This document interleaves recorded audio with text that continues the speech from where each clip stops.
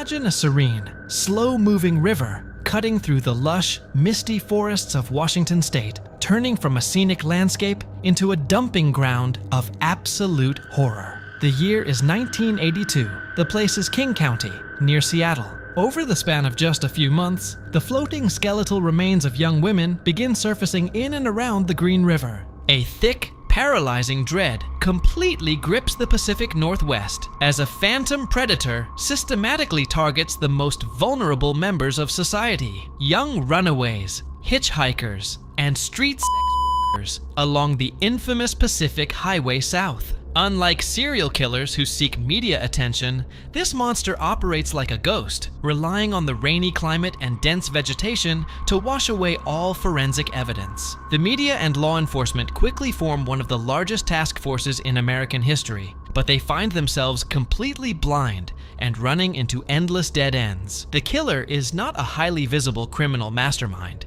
He is an ordinary, soft-spoken truck painter who blends perfectly into the blue-collar suburbs, quietly continuing his deadly campaign for nearly 2 decades. The terror of the Green River Killer was defined by an unprecedented scale of violence and an agonizingly slow path to justice.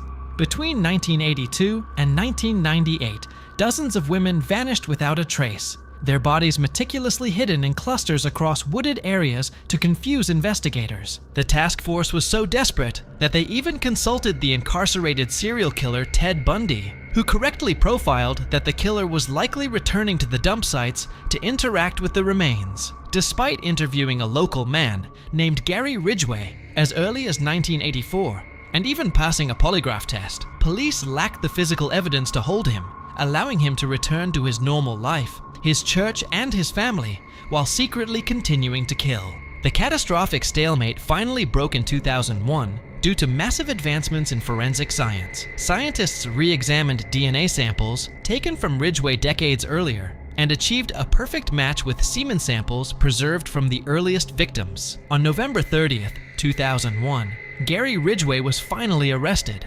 ending a 19-year reign of deception.